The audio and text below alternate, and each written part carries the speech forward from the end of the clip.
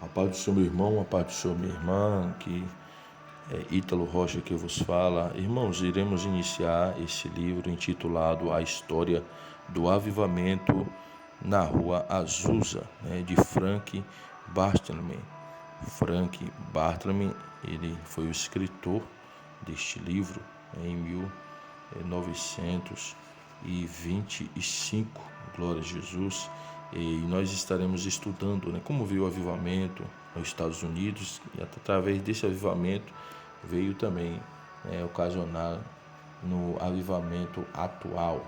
Nós estaremos meditando neste livro, então toda semana estaremos lançando episódios novos. Fique atento aí no canal, compartilhe, leve a palavra do Senhor a mais vidas. Vamos nessa primeira parte falar o prefácio e também a introdução do livro. Vai ser essa primeira parte, em nome de Jesus. Prefácio.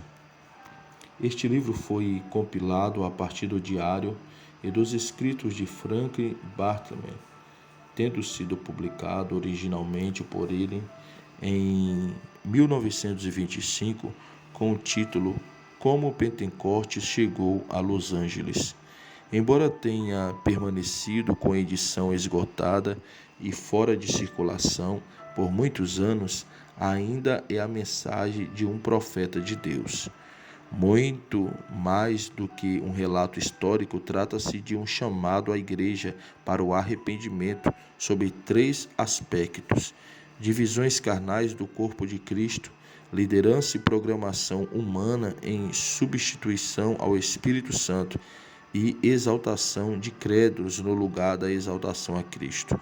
Esta é a hora de o povo de Deus afligido hoje pelos mesmos pecados relatados pelo autor ouvir de novo essa voz de alerta que já está em silêncio há tanto tempo. Ao autor, talvez mais do que qualquer outra pessoa, foi confiada a responsabilidade de orar pelo profundo trabalho que o Espírito Santo realizou.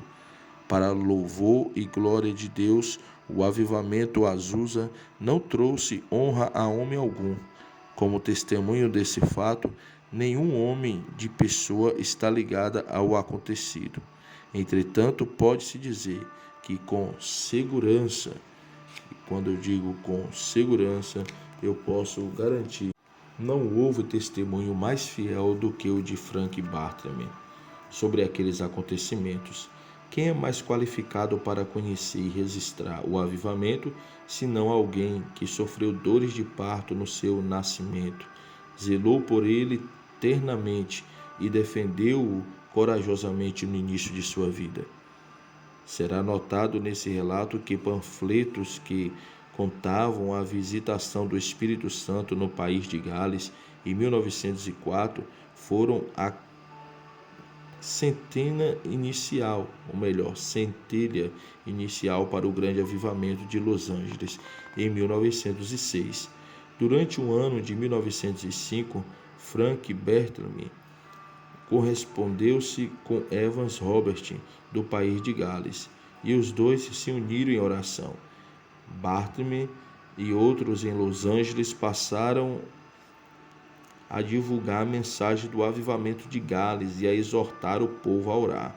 Mas, acima de tudo, à medida que o povo de Deus recebia a visão e permanecia em oração, a pequena centelha transformou-se numa chama que se espalhou até se tornar uma conflagração mundial, o avivamento pentecostal da Igreja de Jesus Cristo. Assim como o relato escrito do avivamento de Gales levou o povo a orar em 1905, que também a verdadeira história do avivamento Azusa em 1906, há muito tempo esquecida e incompreendida, atinja o mesmo propósito hoje. Povo pentecostal, volte, corações famintos, fartem-se, povo de Deus em todo lugar, ajoelhe-se, Deus de Elias manda fogo. Apresentação da edição de 2016. Eu me sinto muito honrado em apresentar um livro que toca diretamente em 2 pontos centrais em meu coração: intercessão e avivamento. Nas páginas deste livro, o leitor encontrará princípios comuns aos despertamentos espirituais no decorrer da história. Principalmente o fato de que, em todas as épocas, quando Deus se preparava para enviar uma nova onda de sua presença e de suas ações soberanas na terra, ele sempre chamou seu povo para entrar mais plenamente no seu divino chamado de oração intercessória.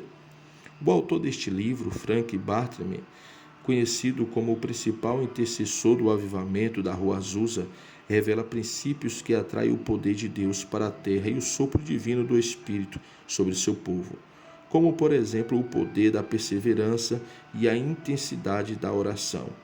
Você terá a oportunidade de ser tocado pela vida de um homem de anseios profundos, inteiramente tomado pelo espírito de oração de alguém que vivia dia e noite sem cessar no altar da devoção.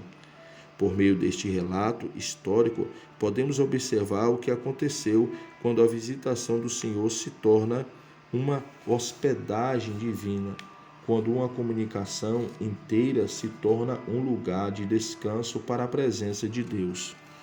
Oração em unidade, reuniões totalmente guiadas pelo Espírito e um profundo batismo com o poder de Deus que produziu um dos maiores batismos e avanços de todos os tempos em evangelismo, missão e fluir de sinais e maravilhas. O avivamento Azusa, a meu ver, foi o maior mover de Deus do século XX porque preparou o caminho para todas as ondas do Espírito que vieram sucessivamente ao longo do século e até hoje. O batismo no Espírito Santo, com a restauração do dom de línguas, abriu caminho para a igreja voltar a funcionar em todos os demais dons espirituais.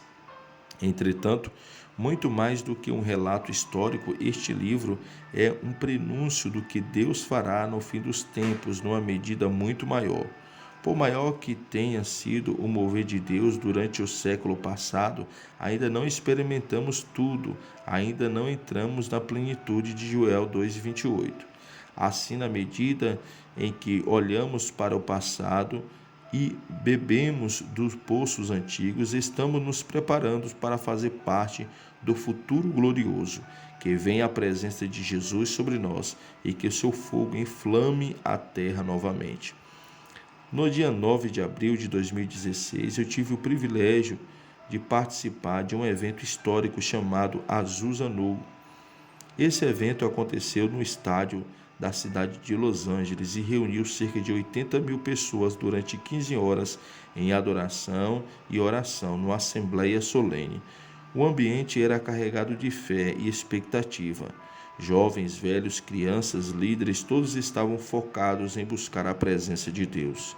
Em períodos de adoração e intercessões profundas, essa mobilização aconteceu por causa do aniversário de 110 anos do avivamento da Rua Azusa e porque William Seymour havia profetizado que em 100 anos aconteceria um mover 10 vezes maior do que o que aconteceu em Azusa em 1906. Eu creio que o nosso futuro repousa sobre a verdade que foram restauradas no passado. Na medida em que honramos aquilo que Deus já fez, podemos avançar para aquilo que ainda vai fazer. O que aconteceu em Los Angeles, na Azusa No, terá implicações poderosas em nosso futuro, pois aquele ajuntamento confirmou práticas que Deus havia liberado ao passado e ali também na Rua Azusa. Uma que chamou a atenção de modo especial foi a presença de líderes de expressões de várias nações reunidos em um só espírito de unidade e oração, católicos, evangélicos, pentecostais, judeus, messiânicos. Outro aspecto foi que os milagres de cura e sinais que aconteceram no evento não vieram de modo geral de líderes proeminentes, embora Deus também tenha agido por meio deles. Pelo contrário, as maiores manifestações de poder vieram do meio do povo, de pessoas anônimas. Essa era uma forte característica do mover em Azusa, no qual Deus agia em vasos frágeis e os usava para a sua glória. Um outro ponto forte do evento e que também era comum na Rua Azusa foi o apelo para amar o perdido e o quebrantado de coração. Uma expressão que eu ouvi muito lá foi que Deus estava liberando um manto de Billy Graham e um forte encargo pelo perdido e por conversões em massa sobre toda a igreja. Em síntese, vi gerações distintas se unindo para honrar o que Deus fez no passado e clamando por aquilo que Ele deseja fazer no futuro. Minha oração é que Deus use este livro para levar a igreja a redescobrir os princípios fundamentais de como buscar a sua presença e abrir o caminho para uma grande e nova intervenção divina em nosso meio. Sem dúvida, o que Deus pretende fazer será novo, diferente e maior do que qualquer coisa que já vimos até agora.